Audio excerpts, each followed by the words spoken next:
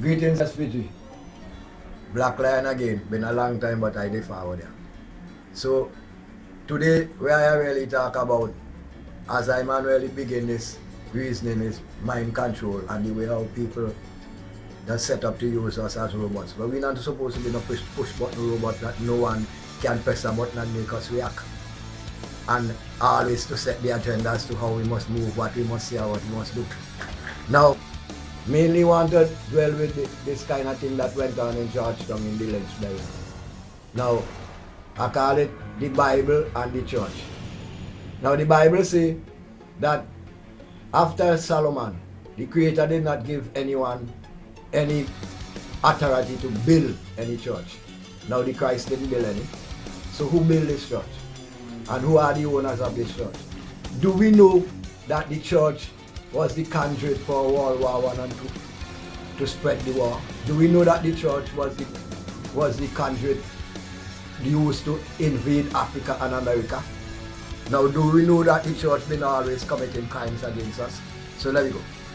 Now, firstly, King Solomon murdered his brother Adonijah on the horn at the altar in the temple for a woman. Right. Let me go again. Now, the Bible says that the church is drunk with the blood of the saints.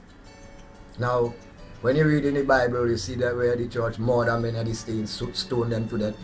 Even the one called the Christ. They told you about some Judas, but who really was this Judas? Today you call them World Council of Churches. In that time they used to call themselves the Nicene Conference of Bishops. They were the one who sold out the Christ. When they sat in their reasoning, they come up with things like, since this man come on the scene, we congregation going down, we collection going down, and most of our Caesar threatening us about our duty-free allowance, and it's better to lose one man than a nation. They were the ones that crucified him. And then, let me go again, the church again. The church marries strange man and strange woman. What is that? We know when we used to grow up in the ghetto, anytime we see a homo, we know he's strange. I could remember as a youth, I used to play stone for them, and I might have been wrong, but as a youth, because that was the atmosphere in the ghetto. We not really dwell with that. Two men have sex and two women have sex, we not dwell with that. No, the Bible says that same-sex union is an abomination. Same-sex meaning two men having sex, two men having sex. The Bible even goes so far to say they should be put to death. But today the church is marrying them. You see, the same church that we are arguing about saying is the house of God. We don't know which one is God anyway. But it is marrying them. Now, let me go further in again. Because that one here are the one me really want to get out. Revelation 19. Mystery Babylon, mother of all harlots, that sit upon the waters and make fornication with the kings of the earth, and carry a name abominable. My children, move out from her. Now, me see that at the church, you might say no. But then the Encyclopedia Britannica, which is the foundation of the English language, says that a woman in spiritual high places represents the church. So here's the Bible saying that the children of the Almighty must come out of the church, because the church is a fornicator with the state. Kings of the earth, yeah, they are the state. So now, okay, we look for one thing. We see our Prime Minister went to Rome, first time he come back. In 2 consecutive years, murder rate triple. Murder become a record. Second time when police went on a rampage and murder youths, 3 of them in a Vermont, other areas. Third time he went, flood nearly lick out 3 Caribbean countries. Well, maybe they might not have nothing to do with nothing. But then, because of my interpretation of the prophecy, mixing with Mystery Babylon, I know serious things have happened to us. Now, the church says that God is the highest power in the universe. What is the universe? Earth is just only a little dot in the universe. So now, This God that the Bible, that these people telling you about, his power exceed earth. He got all the moon, he got all the stars, he got all over the universe. Now, according to the church, there is no power above the power of God. There is no power alongside the power of God, because no other power could test God. So none of the within reach. So that means all other power is under the power of God. One such power that is under the power of God, obviously, is the state. So how could the church, who claim that they represent the power of God, which is the highest power in the universe, be a signatory to the state? You see what Revelation 19 is talking about? The church is a signatory to the state, like back to front, because the state is a lower power than the power that the church is supposed to represent. So when the church tell you about God, the God the church is telling you about is the state. So when you crying out and say, oh, the church not cry, the church not saying nothing about your oppression, how do you expect the church to speak out against your oppression when the church is the upholder of your oppression?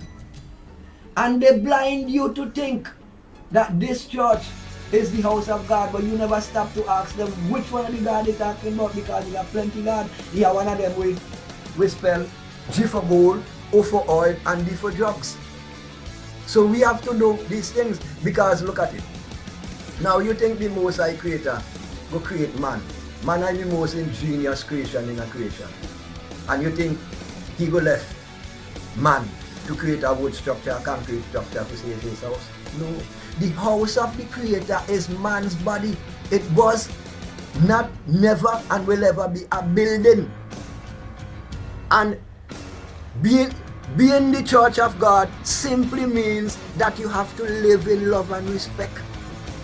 We're among your brethren and your sisters. We have to share what we have and become one again to be a church, not a building. It could have never been, because this same church building crucified the Christ. This same church building overthrew the Emperor Haile Selassie in Ethiopia. And it's so sickening that today you could hear Rasta people say them are joining up to become members of the church. How could we do these things? We only do these things because we are mind controlled. People, we are hypnotized. Let me give you an example of hypnosis that we just take for granted. Skinny Fabulous and Fireman Hooper will go in the park when rain is falling and say to the people, drop down on the ground, roll in the mud, and they will do it. Why do they do it? They are hypnotized. You want to doubt that? Let Skinny Fabulous and Fireman Hooper meet these same people out in the street and tell them to drop down their roll, and see what will be their reply to these guys. At that point, hypnosis take you over and you are being mind controlled. Now, there are some speakers, especially have a main one in this country. Look at him whenever he talk, when he say him on TV. You notice he don't keep his hands quiet. You notice his face always being different kind of expression. Hypnosis. To take you over. Now, this man goes to a congregation. Now, and I tell you what, it's my belief he's a reptilian, because that's another thing I will come to another time. Because his approach and mannerism is strictly reptilian. Well, what do reptilians do? They capitalize on your emotion. They feed on your emotion and make you become hypnotized by your emotion. So you can imagine now, after a man done psych you up in all the emotion, he start insulting you and what you know, to your own insult. Because you are hypnotized. We have to arise ourselves from this trauma. It's a serious trauma. And so, as long as we continue to be hypnotized, we will continue to be push button robots. I mean, what advantage does one man have over another? We all have the same weight and brain. We have the same. But then, if one man decides to develop his brain and you relax yours, then you become a victim. That is simply what is happening to us here. I mean, we are the creators of the universe. It does get me so mad. This guy coming about and telling us all kind of things. No, it's so crazy. Okay, let me ask this better question. Do you want to tell us what was the state of the Iberian Peninsula before it was civilized, and by whom it was civilized? You want to tell us what is to be all your sex partners? You want to tell us the conditions that you used to live into before the Iberian Peninsula was civilized, talking about France, Spain and Portugal, so that you could come down here and no one come tell, oh, I was Portuguese. What used to be your status before? You want to tell us? Do you really want to tell us the truth? Do you want to tell us why you call us names? Is it because that you are afraid that we will rise up to recognize that you are inferior? So you're taking the front higher because that's all you're practicing. Because when all you started off about 5% of our population, all you was at the conclusion that the majority of out will rise up and lick all the out because they know all they to be inferior. So they take the high road and oppress the rest of the earth. Is that what you're doing? Is it that you are afraid that black people recognize you are inferior? But then you don't have no problem with that, because if you used to think along the line, you could have never reached in the office in the first place. So why are you doing this to us? Why are you calling us names? When we educated you in Portugal, we didn't call you names. We know that you are barbarian, but we didn't chuck it in your face. We enlightened you. We brought you out. We carry universities, the first university in Europe, University of Salamanca. Still stand up today in Spain. We did that. And let me tell you again, you used to ease your body by the side of the road. You had nothing like toilet, bathroom. You didn't have them things.